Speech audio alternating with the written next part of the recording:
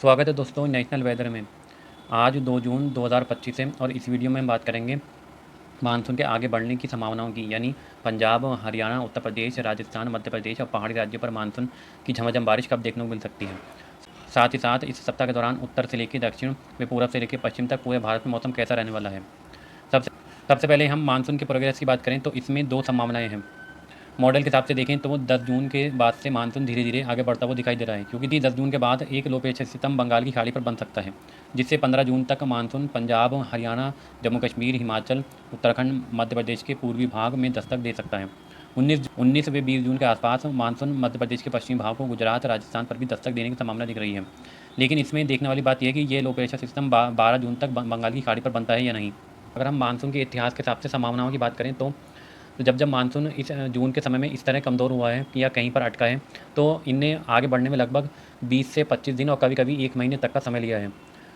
और इसने और इसने जुलाई के पहले सप्ताह में उत्तरी व मध्य भारत में दस्तक दी है। 2000 हालांकि 2008 और 2013 में इसने उत्तर व मध्य भारत के राज्यों में समय से पहले 16 जून के आसपास दस्तक दे दी थी। लेकिन 3-4 तारीख को जब WD आगे की ओर निकल जाएगा तो उत्तर पश्चिमी हवाएं और मजबूत होंगी, जिससे लगातार सूखी हवाओं की कंटिन्यूटी उत्तर व मध्य भारत में बनी रहेगी और जो नमी को कम कर देगी।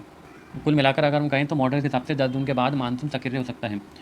लेकिन अगर लगातार उत्तर पश्चिमी हवाएं सक्रिय रहती हैं तो मानसून के और कमज़ोर पड़ने की संभावना दिख रही है, जिससे ये अपने तय समय यानी जून के आखिरी सप्ताह या जुलाई के पहले सप्ताह में उत्तर व मध्य भारत के राज्यों में दस्तक देगा। अगर मानसून जून में कमज़ोर रहता है तो इसका फ़ायदा भी हमें देखने को मिलता है। इससे जुलाई और अगस्त में मानसून में जो ब्रेक की कंडीशन देखने को मिलती है उसकी संभावना कम हो जाती है। यानी जुलाई और अगस्त में लगातार अच्छी बारिश मिलने की वजह से बीच बीच में फसलों के सूखने या फसलों में बार बार सिंचाई करने की ज़रूरत कम पड़ती है। अब अगर हम मानसून के अटकने के कारणों की बात करें तो एक कारण तो इसमें है WD, जो इस समय जम्मू कश्मीर के ऊपर बना हुआ है। अगर ये WD नीचे से होकर गुजरता, यानी कि हिमाचल प्रदेश या उत्तराखंड के पास से होकर गुजरता, तो ये नमी को अपनी ओर खींचता, जिससे उत्तर में मध्य भारत में नमी बढ़ती है, मानसून और मजबूत होता। कमज़ोर WD इस समय जम्मू कश्मीर के ऊपर बना हुआ है, जिसकी वजह से हवाएँ इसके चारों ओर इस तरह घूम रही हैं। इस वजह से गर्म व सूखी हवाएं रेगिस्तान से मध्य भारत व उत्तर भारत में पहुंच रही हैं। यही वजह है कि दिन के समय यहाँ पर टेम्परेचर बढ़ गए हैं और हवा में नमी कम हो गई है। और दूसरा कारण था एक के बाद एक दो डिप्रेशन का बनना। एक डिप्रेशन जो महाराष्ट्र के ऊपर बना था और एक डिप्रेशन बंगाल की खाड़ी पर बना था। इसने अपने आसपास से नमी को अपनी ओर खींचा, जिसकी वजह से मूसलाधार बारिश की वजह से इस पूरे रीजन में नमी की कमी हो गई। वो दूसरा डिप्रेशन जो बंगाल की खाड़ी पर बना था वो इस समय पूर्वोत्तर के राज्यों पर सर्कुलेशन के रूप में मौजूद है। इसने भी नमी को अपनी ओर खींचा, जिसकी वजह से यहाँ से उत्तर पश्चिम हवाएं एक्टिव हुई और यहाँ से जो मानसून की नमी वाली हवाएं थी उसने अपनी ओर खींच के भारत के लैंड रीजन से थोड़ा दूर पहुँच गई, जिसकी वजह से सारी एनर्जी यहाँ पर ही इकट्ठा हो गई। यही वजह है कि चाहे उत्तर व मध्य भारत हो या दक्षिण भारत हो, यहाँ पर बादलों में कमी देखने को मिली है। कि आपने देखा होगा कि बंगाल की खाड़ी में सिस्टम बनने के बाद गंगा के मैदानों में जो पूर्वी हवाएं चल रही थी वो बंद हो गई हैं, जिसका असर राजस्थान, पंजाब, हरियाणा, मध्य प्रदेश और उत्तर प्रदेश तक देखने को मिल रहा था। हालांकि अगर ये सिस्टम बिहार की तरफ आता तो पूर्वी हवाएं और एक्टिव होती, लेकिन ये सिस्टम क्योंकि पूर्वोत्तर की तरफ चला गया है, यानी कि म्यांमार की तरफ पहुंच गया है, तो सारी नमी को इसने पूर्वोत्तर के राज्यों की तरफ खींच लिया है, जिससे उत्तर व मध्य भारत में बारिश में कमी देखने को मिली है और टेम्परेचर बढ़े हैं। अब क्योंकि लगातार टेरेन विंड्स के जरिए नमी पहुंच रही है, इसलिए कुछ दिनों बाद नमी रिकवर होगी, जिसका असर पूर्वी भारत में इस सप्ताह के अंत में देखने को मिलेगा। सप्ताह के अंत में उम्मीद है कि पूर्वी भारत में मूसलाधार बारिश एक बार फिर से शुरू हो सकती है। अब अगर हम इस सप्ताह के मौसम की बात करें तो मानसून इस समय अभी भी पूरब में उप हिमालय, पश्चिम बंगाल, उड़ीसा, छत्तीसगढ़ से होते हुए पश्चिम में महाराष्ट्र और तेलंगाना पर अटका हुआ है। अगले कम से कम एक सप्ताह तक इसमें कोई भी प्रोग्रेस होने की संभावना नहीं दिख रही है, क्योंकि अरब सागर और बंगाल की खाड़ी पर बने दोनों सिस्टमों ने इसे काफ़ी कमज़ोर कर दिया है। थोड़ी सी प्रोग्रेस की संभावना बिहार के तराई वाले इलाके में देखने को मिल सकती है, लेकिन इसकी संभावना भी बहुत कम है। ये आप देख सकते हैं कि 12 और 13 तारीख के आसपास लगातार धीरे धीरे मानसून 15, 16, 17, 18 और 19 से 23 तारीख के बीच धीरे धीरे आगे की ओर बढ़ रहा था, बंगाल की खाड़ी में भी और इधर अरब सागर में भी। लेकिन जैसे ही महाराष्ट्र के पास से सिस्टम बना तो इनने लंबी छलांग लगाते हुए केरल, तमिलनाडु को पार करते हुए कर्नाटक के कुछ मध्य भाग, गोवा के पास तक ये पहुँच गया।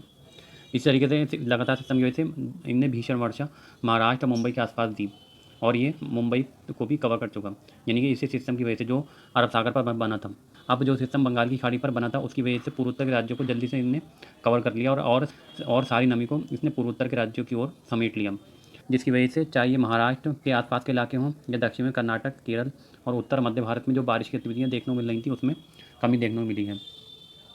पिछले दिनों आपने 24 और 25 मई के आसपास देखा होगा कि दिल्ली, पंजाब, हरियाणा और पश्चिमी उत्तर प्रदेश में काफ़ी मूसलाधार बारिश हुई थी। उसकी वजह ये थी लगातार बंगाल की खाड़ी से पूर्वी हवाओं का सपोर्ट इसको मिल रहा था, सिस्टम को मिल रहा था, जो उत्तर भारत पर बना हुआ था। इसकी वजह से उत्तरी राजस्थान, पंजाब, हरियाणा और पहाड़ी राज्यों पर अच्छी मूसलाधार बारिश देखने को मिली। लेकिन जब से ये सिस्टम बना है बंगाल की खाड़ी पर, तो बारिश में कमी देखने को मिली है और यहाँ पर टेम्परेचर बढ़ गए हैं। इस पूरे सप्ताह उत्तर व मध्य भारत में गर्मी बढ़ने वाली है, विशेष रूप से 4 जून के बाद, क्योंकि WD आगे की ओर निकल जाएगा, जिससे उत्तर पश्चिमी हवाएं पूरी तरह से एक्टिव हो जाएंगी। पूरे सप्ताह दिन भर भयंकर हीट वेव चलने की संभावना उत्तर व मध्य भारत में दिख रही है। राजस्थान में पारा एक बार फिर से 47-48 तक पहुंच सकता है। वहीं पंजाब, हरियाणा, उत्तर प्रदेश, मध्य प्रदेश में पारा 45 डिग्री के करीब तक पहुंचने की संभावना दिख रही है।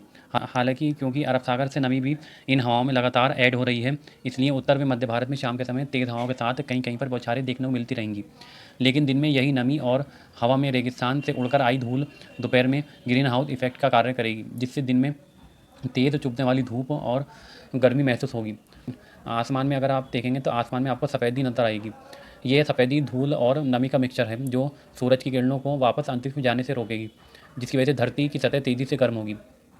लेकिन शाम के समय यही नमी तेज़ आंधी तूफान के साथ हल्की बौछारें कहीं कहीं पर देती रहेगी, जिसकी वजह से कुछ समय के लिए राहत मिलेगी। लेकिन अगले दिन फिर से, क्योंकि नमी और धूल के कण वातावरण में मौजूद होंगे, तो अगले दिन फिर से एक बार फिर से टेम्परेचर बढ़ने लगेगा और हीट वेव की कंडीशन फिर से बन जाएगी। सैटेलाइट इमेज में आप देख सकते हैं कि बादल राजस्थान के पूर्वी भागों से लेकर हरियाणा और उत्तर प्रदेश के भागों पर बने हुए हैं। इसी तरीके से जो बिहार और झारखंड, छत्तीसगढ़ है, यहाँ पर भी बादल देखे जा सकते हैं, क्योंकि यहाँ पर हवाओं की दिशा थोड़ी क्योंकि यहाँ पर हवाओं की रफ्तार थोड़ी कम है, इसलिए बिहार, पूर्वी उत्तर प्रदेश, मध्य प्रदेश के पूर्वी भाग, छत्तीसगढ़, झारखंड पर उमस भरी गर्मी दिन के समय परेशान करती रहेगी। इसके अलावा महाराष्ट्र, कर्नाटक, केरल, तमिलनाडु, तेलंगाना, आंध्र प्रदेश पर भी बादलों में कमी देखने को मिली है। जो लगातार यहाँ पर घने बादल बने हुए थे, उनमें काफ़ी हद तक कमी आ गई है, क्योंकि सिस्टम कमज़ोर पड़ चुका है। लेकिन बंगाल की खाड़ी और पूर्वोत्तर में काफ़ी घने बादल लगातार रोज़ इन इलाकों में बने हुए हैं। हालांकि जो डिप्रेशन था वो कमज़ोर होकर इस समय सर्कुलेशन के रूप में पूर्वोत्तर पर बना हुआ है, लगातार नमी को अपनी ओर बंगाल की खाड़ी से खींच रहा है, जिसकी वजह से घने बादल इन इलाकों में देखे जा सकते हैं।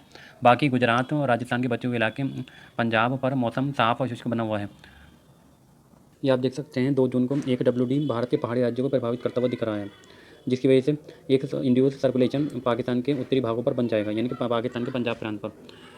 इस सर्कुलेशन की वजह से अरब सागर से भी हवाएं राजस्थान, गुजरात के रास्ते उत्तर भारत में पहुंचेंगी, और कि हवाएं सिर्फ अरब सागर से आती हुई दिखाई दे रही हैं। बंगाल की खाड़ी से बिल्कुल भी सपोर्ट अभी भी इस सर्कुलेशन को नहीं मिल रहा है, जिसकी वजह से गुजरात, राजस्थान और मध्य प्रदेश के कुछ इलाके, पंजाब, हरियाणा, पश्चिमी उत्तर प्रदेश, दिल्ली, यहाँ पर गरज चमक के साथ शाम के समय तेज़ हवाओं के साथ बारिश की गतिविधियाँ देखने को मिल सकती हैं। बारिश की गतिविधियाँ सभी इलाकों में दिखाई नहीं देंगी, कुछ ही इलाकों में गरज चमक के साथ दिखाई दे सकती हैं। विशेष रूप से राजस्थान के उत्तरी भागों से लेकर मध्य प्रदेश के ग्वालियर, उसके आसपास पश्चिमी उत्तर प्रदेश में झांसी से लेकर मथुरा, आगरा, और हरियाणा के जींद, गुड़गांव, सोनीपत, पानीपत से लेकर पंजाब के कुछ दक्षिणी इलाकों में यहाँ पर बादलों के गरज चमक के पैच बन सकते हैं, जो पश्चिम की तरफ पहुँचेंगे, पश्चिमी उत्तर प्रदेश और उत्तराखंड की तरफ पहुँचेंगे। लेकिन जब ये पैच पश्चिमी उत्तर प्रदेश की तरफ पहुँचेगा, तो इसमें एनर्जी थोड़ी लूज़ हो जाएगी, जिसकी वजह से सिर्फ यहाँ पर हल्की आंधी की गतिविधि में ही दिखाई दे सकती हैं।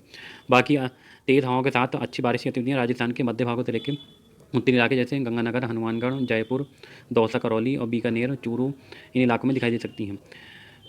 पंजाब के दक्षिणी इलाके फाजिल्का, फरीदकोट, अमृतसर में भी कुछ बारिश गतिविधियाँ इस सिस्टम की वजह से भी दिखाई दे सकती हैं। पूर्वी इलाके जैसे चंडीगढ़, उसके आसपास, और हरियाणा के अम्बाला, पंचकुला, यमुनानगर, सिरसा, हिसार, जींद, कैथल, दिल्ली, और पश्चिमी उत्तर प्रदेश में आगरा, अलीगढ़ से लेकर मथुरा, झांसी, चित्रकूट, ये जो बिल्कुल दक्षिणी इलाके हैं, यहाँ पर तेज़ हवाओं के साथ गरज चमक के साथ बारिश गतिविधियाँ 2 जून की शाम को दिखाई दे सकती हैं। काफ़ी इंटेंस वेदर एक्टिविटी यहाँ पर दिखाई देगी, क्योंकि टेम्परेचर दिन में ऑलरेडी ऊपर रहेंगे, जिसकी वजह से शाम के समय तेज़ आंधी की गतिविधियाँ इन इलाकों में दिखाई देंगी। अगर हम राजस्थान के कुछ और इलाकों की बात करें, तो राजस्थान के पश्चिमी इलाके जैसे जैसलमेर, बाड़मेर, और दक्षिणी इलाके उदयपुर, कोटा, यहाँ पर भी बादलों के गरज चमक के पैच शाम के समय बन सकते हैं। गुजरात की बात करें तो गुजरात में अहमदाबाद से लेकर गांधीनगर, साबरकांठा, बनासकांठा से लेकर राजकोट, और इधर सूरत में भी गरज चमक वाले बादल बन सकते हैं। मध्य प्रदेश में ग्वालियर और उसके आसपास नीमच, मंदसौर से लेकर इंदौर, देवास, सागर, भोपाल, पन्ना, और इधर पूरब में उमरिया, ढिंडोरिया तक गरज चमक के बादल कहीं कहीं पर दिखाई दे सकते हैं, और जो तेज़ हवाओं के साथ बारिश की गतिविधियाँ कुछ इलाकों में दे सकते हैं। बाकी अगर हम बिहार, झारखंड, पश्चिम बंगाल, उड़ीसा की बात करें, तो यहाँ पर यहाँ पर भी गरज चमक के बादल छोटे छोटे पैचों के रूप में बन सकते हैं, क्योंकि हवाओं की रफ्तार यहाँ पर कम रहेगी, जिसकी वजह से दिन के समय उमस भरी गर्मी बिहार, झारखंड, पश्चिम बंगाल, पूर्वी उत्तर प्रदेश, छत्तीसगढ़, उड़ीसा में परेशान करती रहेगी। लेकिन शाम के समय कुछ इलाकों में गरज चमक के पैच छोटे छोटे यहाँ पर बन सकते हैं, जो तेज़ हवाओं के साथ अच्छी बारिश की गतिविधियाँ दे सकते हैं।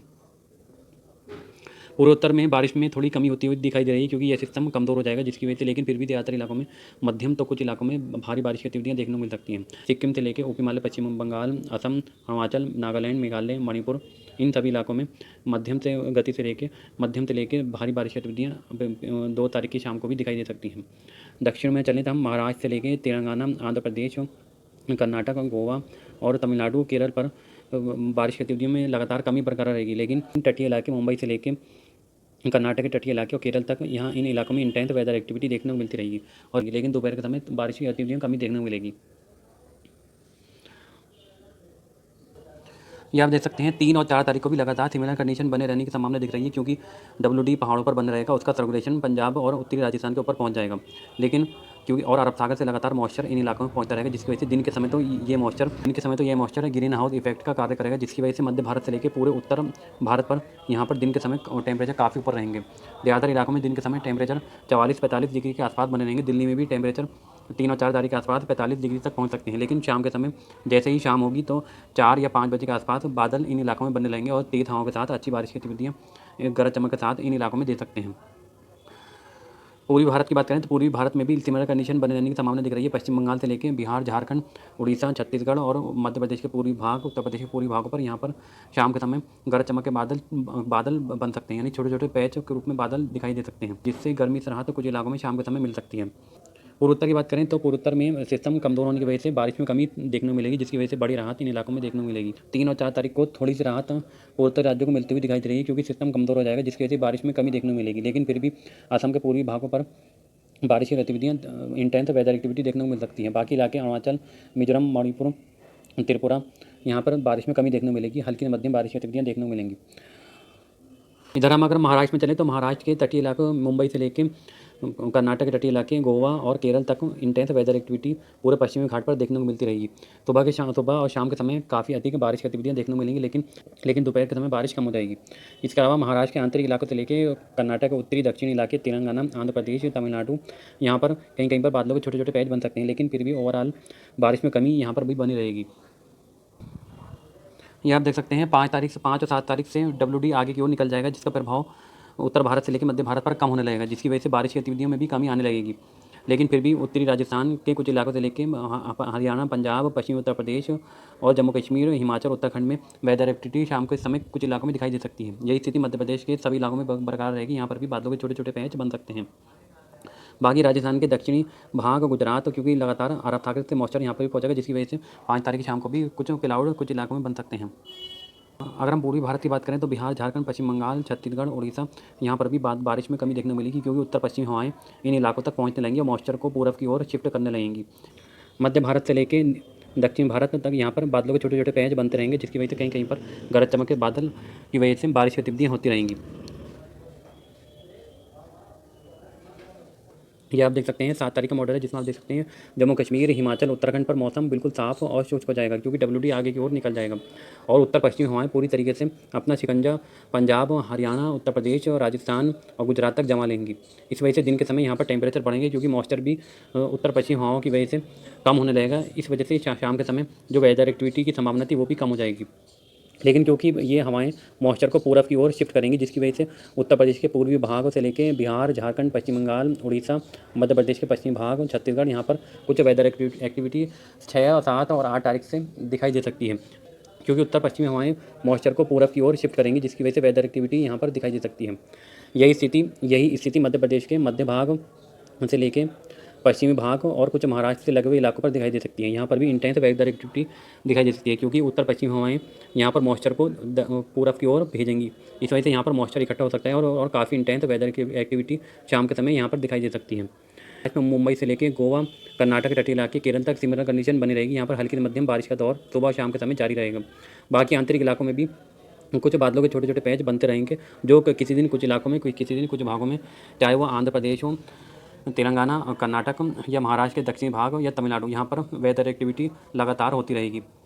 पूर्वोत्तर में हल्की से मध्यम बारिश का दौर जारी रहेगा। 6 और 7 तारीख से एक बार फिर से बंगाल की खाड़ी की हवाओं का प्रभाव यहाँ पर बढ़ने लगेगा, जिसकी वजह से 6, 7 और 8 तारीख से वेदर एक्टिविटी में बढ़ोतरी देखने को मिल सकती है। ये आप देख सकते हैं, ये 8 तारीख का मॉडल है, जिसमें आप देख सकते हैं पहाड़ों से लेकर मैदानी भागों पर लगातार उत्तर पश्चिमी हवाएं का प्रभाव दिखाई देता रहेगा। इस वजह से इस पूरे रीजन में मौसम दिन में साफ, बेहद गर्म और शुष्क बना रहेगा। टेम्परेचर 45, 46 या 47 तक राजस्थान के भागों पर पहुंच सकते हैं। दिल्ली में टेम्परेचर 45 डिग्री के आसपास, और यही स्थिति पंजाब के दक्षिणी इलाके, हरियाणा और उत्तर प्रदेश के पश्चिमी दक्षिणी इलाकों पर दिखाई दे सकती है।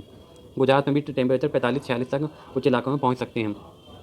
लेकिन ये आप देख सकते हैं, बंगाल की खाड़ी से एक बार फिर से मानसून एक्टिव हो जाएगा और हवाएं एक बार फिर से तराई के रास्ते नेपाल और बिहार के तराई वाले इलाके, उत्तर प्रदेश के तराई वाले इलाकों में उत्तर भारत की ओर बढ़ने लगेंगी। इस वजह से हो सकता है कि बिहार के उत्तरी इलाके, पश्चिम बंगाल और उत्तर प्रदेश के पूर्वी भागों पर 7 या 8 तारीख से यहाँ पर वेदर एक्टिविटी एक बार फिर से शुरू हो जाए। यही स्थिति पूर्वोत्तर में देखने को मिलेगी। यहाँ पर भी बंगाल की खाड़ी की हवाओं का प्रभाव एक बार फिर से बढ़ने लगेगा, जिसकी वजह से बारिश की गतिविधियाँ 7, 8 या 9 तारीख से एक बार फिर से पूर्वोत्तर के राज्यों में बढ़ सकती हैं। बाकी इलाकों में अगर हम देखें तो मध्य प्रदेश से लेकर महाराष्ट्र, तेलंगाना, आंध्र प्रदेश, कर्नाटक और तमिलनाडु, यहाँ पर सिमिलर कंडीशन बने रहने की संभावना दिख रही है। लगातार दिन के समय उमस भरी गर्मी और शाम के समय गरज चमक के साथ बादलों के छोटे छोटे पैच इन इलाकों में बनते रहेंगे। अब आखिर में अगर हम बारिश के आंकड़ों पर निगाह डालें तो आप देख सकते हैं कि अब अगर हम आखिर में एक बार बारिश के आंकड़ों पर नजर डालें तो आप देख सकते हैं कि चेरापूंजी में 500 मिलीमीटर की भीषण वर्षा रिकॉर्ड की गई है। इसी तरीके से सिलचर में 411, कैलाश शहर में 239 मिलीमीटर, उत्तर लखीमपुर असम में 187 मिलीमीटर, बारापानी में 185, तेजपुर में 174, पासीघाट में 170, शिलोंग में 147, अगरतला में 144, गुवाहाटी में 120, यानी कि इम्फाल, तुली हाल में 103 मिलीमीटर की बारिश रिकॉर्ड की गई है। यानी कि अगर हम कहें तो पूरा मॉइस्चर जो बंगाल की खाड़ी पर डिप्रेशन बना था, उसने सारा मॉइस्चर पूर्वोत्तर के राज्यों की ओर समेट लिया है, जिसकी वजह से मूसलाधार बारिश की गतिविधियाँ इन इलाकों में रिकॉर्ड की गई हैं। मिलाकर अगर हम कहें तो इस पूरे सप्ताह मानसून के आगे बढ़ने की कोई भी संभावना नहीं है, और पूरे उत्तर भारत में, मध्य भारत व पूर्वी भारत में लगातार उमस भरी गर्मी दिन में लोगों को परेशान करती रहेगी। सप्ताह के आखिर में क्योंकि उत्तर पश्चिमी हवाएं आगे की ओर बढ़ रही हैं, यानी कि बंगाल की खाड़ी तक इन हवाओं का प्रभाव दिखाई दे रहा है। 10 जून के बाद भी बंगाल की खाड़ी में लो प्रेशर सिस्टम बनने की संभावना कम है, क्योंकि उत्तर पश्चिमी हवाओं का प्रभाव बंगाल की खाड़ी तक आता हुआ दिखाई दे रहा है। सू की हवाओं की वजह से बंगाल की खाड़ी में मॉइस्चर भी कम होगा, जिसकी वजह से लो प्रेशर बनने की संभावना यहाँ पर कम रहेगी। इस वीडियो में फ़िलहाल इतना ही। वीडियो में अंत तक बने रहने के लिए बहुत बहुत धन्यवाद।